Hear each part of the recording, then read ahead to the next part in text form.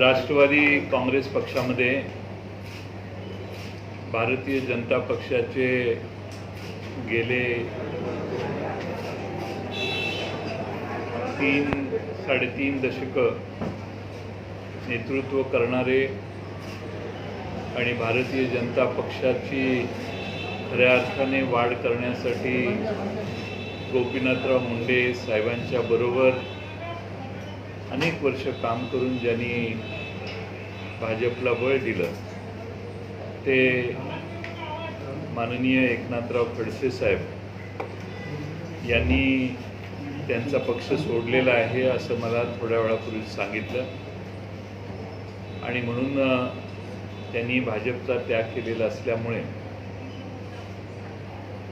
शुक्रवारी दुपारी 2 वाजता श्रीयुत खडसे हे राष्ट्रवादी काँग्रेसमध्ये प्रवेश करणार आहे। राष्ट्रवादी काँग्रेस पक्षाचं त्यामुळे बळ वाढेल असा मला विश्वास आहे। एक अनेक वर्षाचा अनुभवी नेता, अनेक प्रश्नांशी अनेक मुद्द्यांशी संबंधित काम करून महाराष्ट्रातल्या विविध विषयांचा अभ्यास असणारा नेता हा राष्ट्रवादी काँग्रेसमध्ये येतोय। त्यांचं स्वागत आम्ही राष्ट्रवादी काँग्रेसमध्ये शुक्रवारी दुपारी 2 वाजता करणार आहोत। सर, त्यांना पक्षात घेत असताना काही जबाबदारी दिली जाणार आहे का? कारण ही चर्चा अशी आहे की विधान परिषदेच्या आमदारकीसाठी सुद्धा त्यांना संधी दिली जाऊ शकते। ते पक्ष योग्य वेळी योग्य ते पावलं टाकेल, त्याविषयी आज त्यांचा प्रवेश होतोय हीच मला आपल्याला बातमी द्यायची आहे।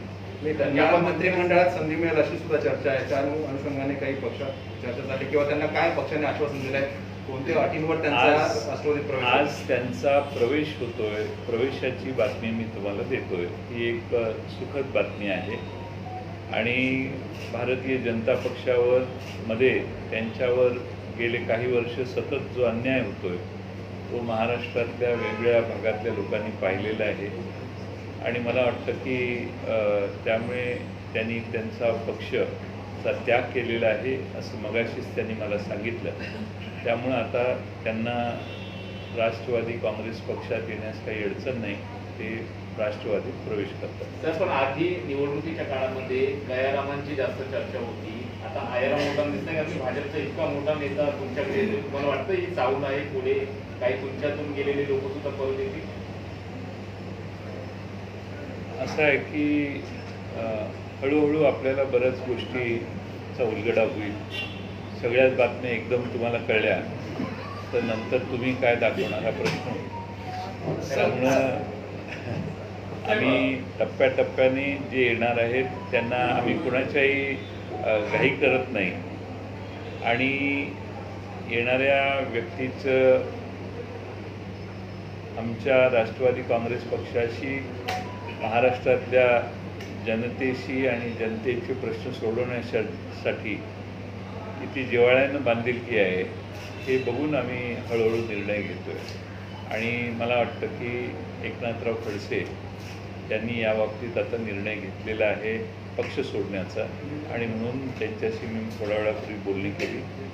शुक्रवारी त्यांचा पक्षप्रवेश आम्ही निश्चित केलेला आहे। त्यांच्याबरोबर काही आमदार येणार आहेत का? कारण की काही चर्चा आहे की 2 विद्यमान आमदार येऊ शकतात, त्यांचे सुनबाई खासदार त्यांच्याबरोबर येण्याची बऱ्याच लोकांची इच्छा आहे, पण ताबडतोबीने विधानसभेच्या निवडणुका करण्याची या कोरोनाच्या काळात आवश्यकता नाही आहे। जशी वेळ येत जाईल तसे त्या आमदारांचे निर्णय होतील। माझ्या माहितीने त्यांच्या संपर्कात बरेच आमदार आहेत, पण आता कोरोना असल्यामुळं अशा निवडणुका आणि बाकीचे राजकारणाचे उद्योग आम्ही टाळणार आहोत। सर, हिंदी में जानना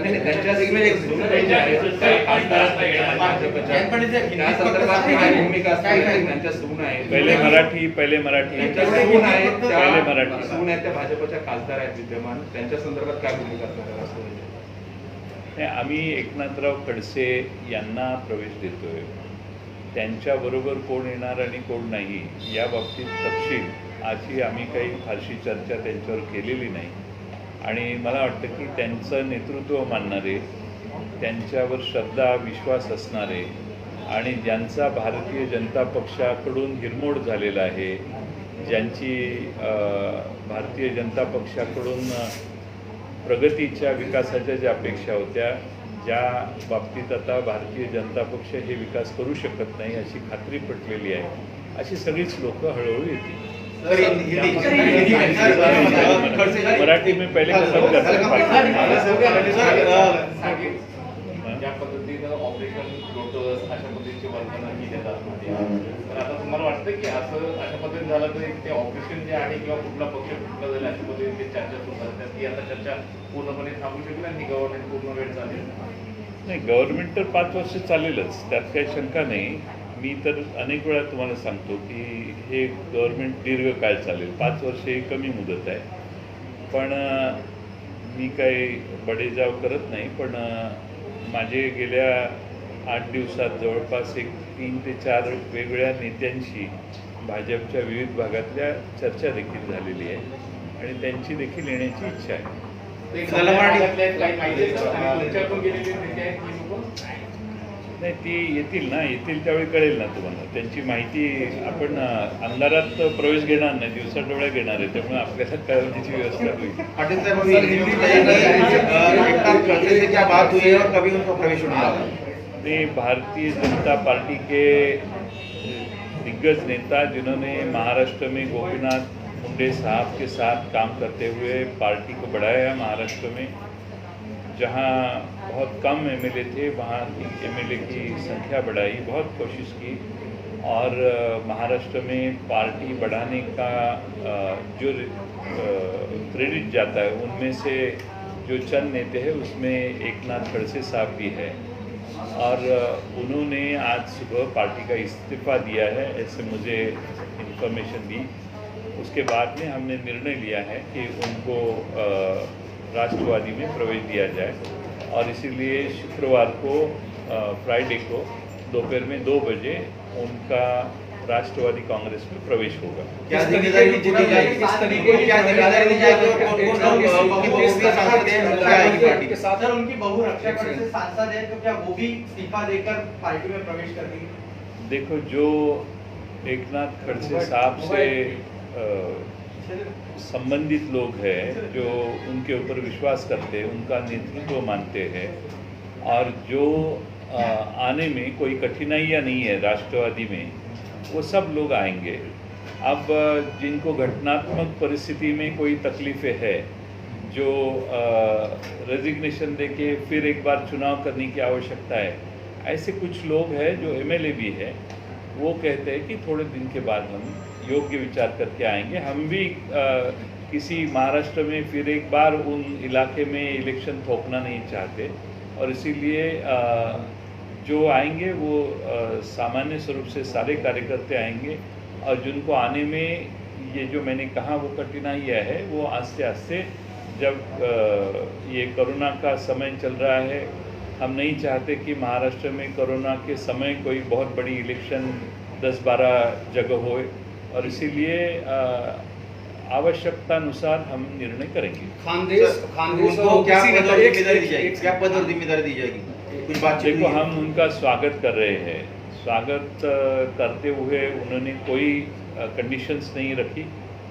वो राष्ट्रवादी में आदरणीय शरद पवार साहब के नेतृत्व में काम करने के लिए उन्होंने अनुमति दी है और मुझे लगता है कि यही हमारे लिए काफ़ी है।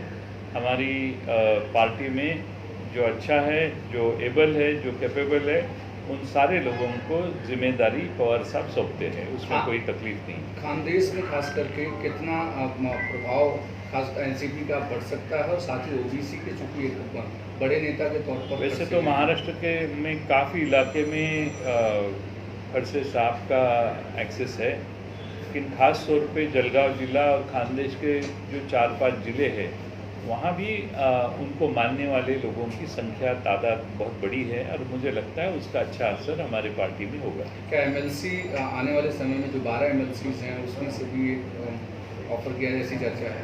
हमारी और खड़से साहब से कोई ऐसी बात नहीं हुई है। उन्होंने पूरे विश्वास के साथ पवार साहब के नेतृत्व में काम करने का निर्णय लिया है और मुझे लगता है कि यही चीज़ हमारे लिए काफ़ी है। क्या और भी जो नेता हैं जो यहाँ से गए थे या दूसरी पार्टियों से बीजेपी में गए थे, क्या फिर से वापस एमएलएज और तमाम सारे लोग आना चाहते हैं, ऐसी इच्छा? वैसे बहुत लोग हैं कि जो हमें खासगी स्वरूप से मिलते हैं और कहते हैं कि वो भी आना चाहते हैं और आप थोड़े दिन जाते हुए थोड़े वैसे तो पिछले 2 हफ्ते में मैं 4-5 बड़े अच्छे कार्यकर्ता जो भाजपा में काम करते उनसे मिल चुका हूँ और उनकी भी इच्छा हमारी पार्टी में आने की है। इनके आने की वजह क्या है, क्योंकि काफी दिनों से ये बातचीत चल रही है कि भाजपा की तरफ से इतने बड़े नेता को जैसे निगलेक्ट किया गया, तो इतने बड़े स्टेप की वजह क्या? मुझे लगता है ये सवाल आप उनसे पूछे तो ज़्यादा अच्छा रहेगा, क्योंकि बहुत वजह है उनको निगलेक्ट किया गया ऐसा मैं नहीं कहूँगा, क्योंकि उनकी ताकत तो बहुत बड़ी है, लेकिन जानबूझ के उनके ऊपर बहुत अन्याय हुआ और भाजपा के उनके निजी लोग भी भाजपा के मानते हैं कि खड़से साहब को अन्याय को फेस करना पड़ा पिछले 4-6 साल में। सर मुख्यमंत्री पटेल साहब और कितने लोग संपर्क में हैं आने वाले दिनों में? क्या और भी बीजेपी के लोग संपर्क में हैं, विधायक संपर्क में हैं आप लोगों के? आपने पिछली बार कहा था कि 30 से ज़्यादा लोग संपर्क में हैं बीजेपी के विधायक वगैरह, धीरे मैं आपको कहा था ना, वक्त जब आएगा तब आपको बताएंगे। तो ये अभी शुरुआत हुई है। मैं ये नहीं कहता हूँ कि बहुत सारे लोग हमारी पार्टी में आने वाले हैं, लेकिन जो लोगों में है और लोगों का सपोर्ट जिनको है, ऐसे अच्छे खासे लोग ज़रूर हमारी पार्टी में आने की बात कर रहे हैं। सर एक चर्चा ऐसी है कि आपकी कैबिनेट में से एक मंत्री इस्तीफा देगा, उसे प्रदेश अध्यक्ष बनाया जाएगा और खड़से साहब को मंत्री बनाया जाएगा, ये आज चर्चा में कितना दम है आपको? मेरे जैसे गरीब आदमी के लिए तो सर मुख्यमंत्र्यांची प्रतिक्रिया आलेली आहे की खडसे जर महाविकास आघाडीत येत असतील तर स्वागतच आहे. मुख्यमंत्र्यांनी या संदर्भात विश्वासात घेतलं होतं का, जरी पक्षाचा निर्णय असला तरी सुद्धा स्थानिक राजकारण बघून? कारण त्यांच्या मतदारसंघामध्ये शिवसेनेचा आमदार आहे खडसेंचा. असे नाही, फार लहान गोष्टी आहेत त्या गोष्टीत आमचं काही हे नाही आणि तिथल्या आमदारांच्या बाबतीत ते आमदार आमच्याकडे येतात, त्यामुळे त्याचं काही प्रश्न नाही, ते चांगले आमदार आहेत. हा प्रश्न राज्यस्तरावरचा आहे आणि खडसे हे एका विधानसभा मतदारसंघापुरतं त्यांची उपयोगिता नाही आहे. तर मला वाटतं की खानदेशमध्ये आणि महाराष्ट्रातल्या वेगवेगळ्या भागात त्यांचा पक्षाला आमचा उपयोग होईल. बीजेपी से क्या अब धीरे धीरे मोह भंग होने लगा बड़े नेताओं का, या जो लोग कार्यकर्ता जिस बीजेपी को विकास की यात्रा के तौर पर देख रहे थे वो खत्म हो रही है? मैं बीजेपी के बारे में कुछ नहीं कहूँगा,